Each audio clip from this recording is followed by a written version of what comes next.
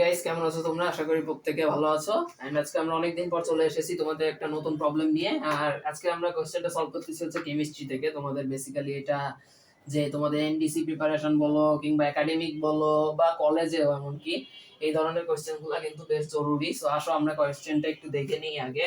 কোশ্চেনটা হচ্ছে তোমাদের থার্ড চ্যাপ্টার পরমাণুর গঠন থেকে, ঠিক আছে? কৌণিক ভরবেগের যে কনসেপ্টটা, ঠিক আছে, সেখান থেকে আমরা বোর কক্ষপথের যে সমীকরণ সেখান থেকে আর কি সলভ করব। সো দেখি কোশ্চেনটা।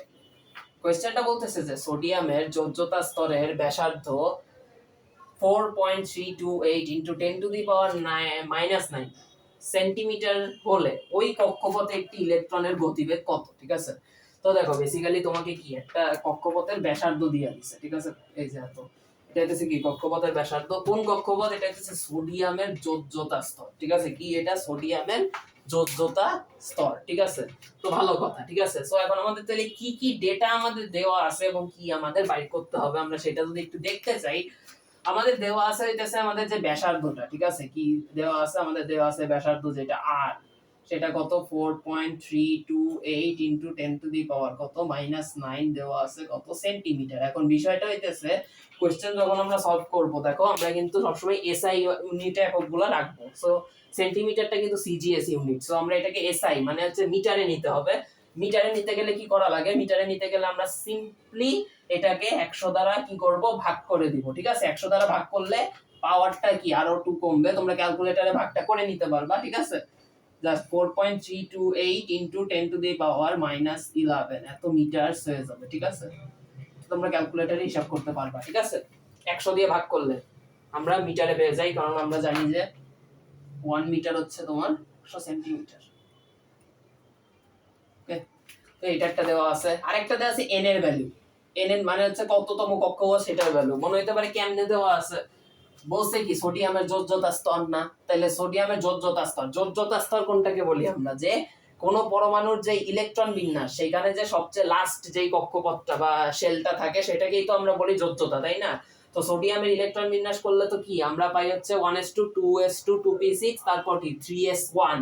তাহলে তৃতীয় শক্তি স্তরে যে পরমাণুর যে ইলেকট্রন বিন্যাসটা শেষ হইতেছে, মানে তৃতীয়টাই হইতেছে লাস্ট যে যোজ্যতা স্তর যেটা, ঠিক আছে? তো n এর ভ্যালুটা এখানে obviously 3 দেওয়া আছে, ঠিক আছে? তো r দেওয়া আছে, n দেওয়া আছে। আমাদের বলছে যে b গতিবেগ বা বেগ যেটা, সিম্পলি সেই b টা কত হবে সেটা বাইর করতে, ঠিক আছে? তো এখন আশা করি তোমাদের এই কোশ্চেনটা একটু মনে থাকার কথা। বোর কক্ষপথে যে কৌণিক ভরবেগ mvr, কৌণিক ভরবেগ, ঠিক আছে? এখানে mv যেটা সেটা হচ্ছে রৈখিক ভরবেগ, তার সঙ্গে আমরা যদি ব্যাসার্ধকে গুণ করে দিই তাহলে আমরা কৌণিক ভরবেগ পাই, which would be equals to nh/2 পাই, ঠিক আছে? এখন এখানে h আর 2 পাই যেটা, এই দুইটা কিন্তু কি কনস্ট্যান্ট। n এর ভ্যালু তোমার জানা আছে, r এর ভ্যালু জানা আছে, m এর ভ্যালুও কিন্তু জানা আছে। m টা কি ছিল? m হইতেছে তোমার ইলেকট্রনের যে মাস বা ভর সেটা, ঠিক আছে? ইলেকট্রনের ভর আমরা জানি কত?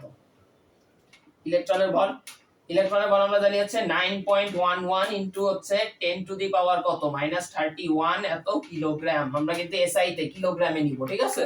তো এত কিলোগ্রাম। আর এইচ এর ভ্যালুটা যে প্লাঙ্ক ধ্রুবক, প্লাঙ্ক ধ্রুবকের মানও আমাদের সবার মনে আছে আশা করি, 6.626 ইনটু কত 10 টু দি পাওয়ার -34 এত জুল সেকেন্ড। কি এত জুল সেকেন্ড? এটাও এসআই তে আমরা নিছি।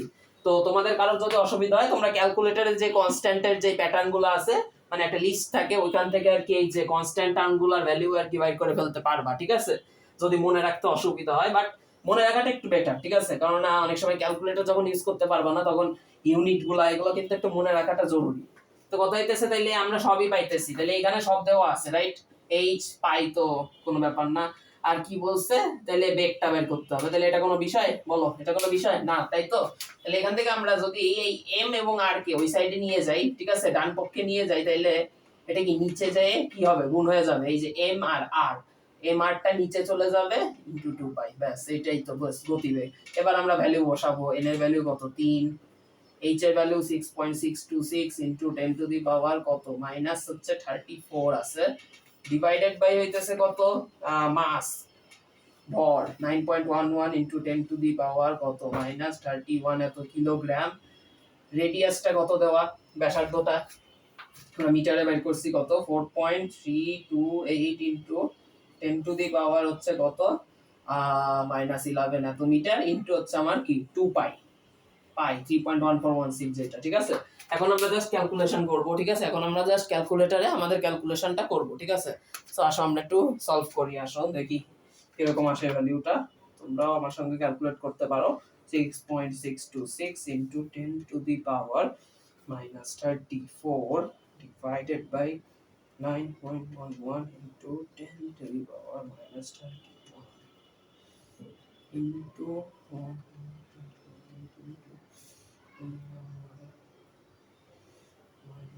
-11 into 2 into 3.1416. ওকে, তাহলে আমরা একটা আনসার পেয়ে যাইতেছি, ঠিক আছে। আনসারটা মোটামুটি আমার আসতেছে 8.02 into 8.02 ইনটু হইতেছে আমার 10 টু দি পাওয়ার 6, এই যে এত মিটার পার সেকেন্ড, মানে প্রচন্ড বেগে কিন্তু ঘুরে ইলেকট্রনগুলো, যেটা আমরা থিওরিটিক্যালিও জানি এবং ম্যাথ থেকেও সেটা দেখতে পারলাম। তাহলে গাইস আজকে আমরা বেশ ভালো ইন্টারেস্টিং একটা ম্যাথ সলভ করলাম, যেখানে আমরা বেশ কনসেপ্টগুলো ক্লিয়ার করলাম এবং বোর কক্ষপথের যে সূত্রটা সেটা ইউজ করে আর কি প্রবলেমটা সলভ করলাম। আশা করি তোমাদের ভালো লেগেছে। ভালো লেগে থাকলে তোমরা তোমাদের ফ্রেন্ড সার্কেল যারা আছে তাদের সঙ্গে ভিডিওগুলো শেয়ার করতে পারো, লাইক করতে পারো এবং আমাদের সাথেই থাকতে পারো। All the best to you guys. আশা করি নেক্সট ভিডিওতে দেখা হবে। গুড বাই টিল দেন।